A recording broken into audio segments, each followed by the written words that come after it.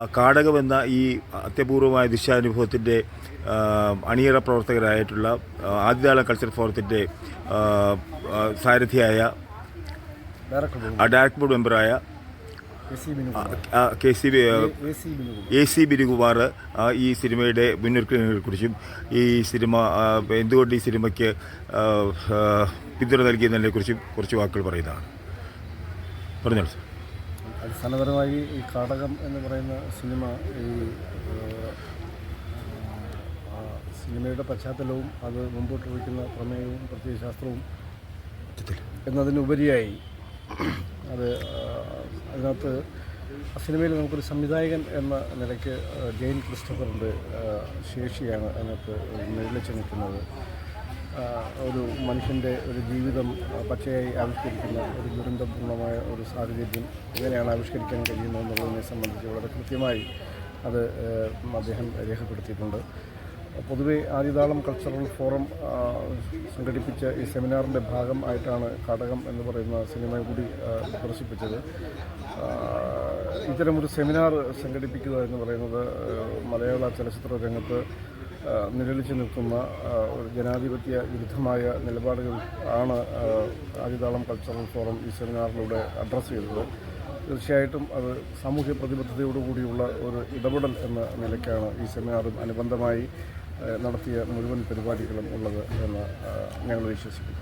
ഈ ആദിതാളം കൾച്ചർ ഫോറത്തിലെ കവടിയ ന്യൂസിൻ്റെ എല്ലാ ഭാവങ്ങളും നേരിട്ട് നന്ദി. Thank you. സ്റ്റാർട്ട്. നമസ്കാരം, എൻ്റെ പേര് KC രമ. ഞാൻ ആദിതാളം കൾച്ചറൽ ഫോറത്തിൻ്റെ സെക്രട്ടറിയാണ്. ഏതാണ്ടൊരു 3 മാസമായിട്ടുള്ളൂ നമ്മുടെ ഈ ഒരു സംഘടന രൂപപ്പെട്ടിട്ട്. ഇതിനോടകം തന്നെ ഈ നമ്മുടെ ഈ തിരുവനന്തപുരം നഗരത്തെ ഒരു എന്താ പറയുക ഒരു ഏറ്റവും വലിയൊരു പ്രോഗ്രാമാണ് ഞങ്ങൾ ഈ കഴിഞ്ഞ മെയ് 13-ന് നെയ്യാറ്റിൻകര വാസുദേവൻ സാറിൻ്റെ സ്മൃതി ദിനം ഞങ്ങൾ ശ്രീ സ്വാതിരുന്ന സംഗീത കോളേജിൽ വെച്ച് നടത്തുകയുണ്ടായി. അപ്പോൾ അതുതന്നെ ഏതാണ്ട് രാവിലെ 9 മണി മുതൽ തുടങ്ങിയത് രാത്രി 9 മണി വരെയായിരുന്നു പരിപാടി. ഫുഡ് മറ്റ് എല്ലാ കാര്യങ്ങളും ഉൾക്കൊണ്ട് കലാപരിപാടികൾ ഉൾപ്പെടെയുള്ള പരിപാടികളായിരുന്നു അന്ന് ഞങ്ങൾ ആസൂത്രണം ചെയ്തത്. ആദ്യത്തെ ഞങ്ങളുടെ പരിപാടിയായിരുന്നു.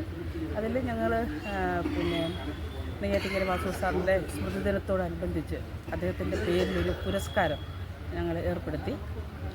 അത് ക്യാഷ് അവാർഡും പ്രശസ്തി പത്രവും ഫലകവുമായിരുന്നു കൊടുത്തത്. അത് നമ്മൾ ഈ വർഷം കൊടുത്തത് പ്രഥമ പുരസ്കാരം, അതായത് വാസുദേവൻ സാറിൻ്റെ പേരിലുള്ള പ്രഥമ പുരസ്കാരം കൊടുത്തത് പ്രഗത്ഭ സംഗീതജ്ഞനായ ശ്രീ അടൂർ P.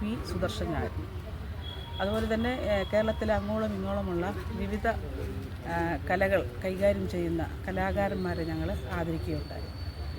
അവരെ ആദരിക്കുന്ന ഒരു ചടങ്ങുണ്ടായിരുന്നു. പിന്നെ കലാപരിപാടികളും ഒക്കെ ആയിട്ട് വലിയൊരു ഒരു സന്ധ്യയായിരുന്നു അന്നത്തെ. അതിന് വാസുദേവ രാഗലയം 2025 എന്നാണ് പേര് കൊടുത്തത്.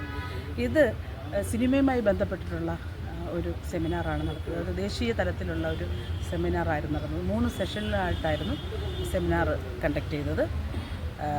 അതുപോലെ തന്നെ നമ്മുടെ ഡോക്ടർ ബിജു സാറായിരുന്നു അതിൻ്റെ ഉദ്ഘാടനം നടത്തിയത്. ആദിതാളം കൾച്ചറൽ സൊസൈറ്റിക്ക് എല്ലാ ഭാവങ്ങളും തരട്ടെ. Thank you sir.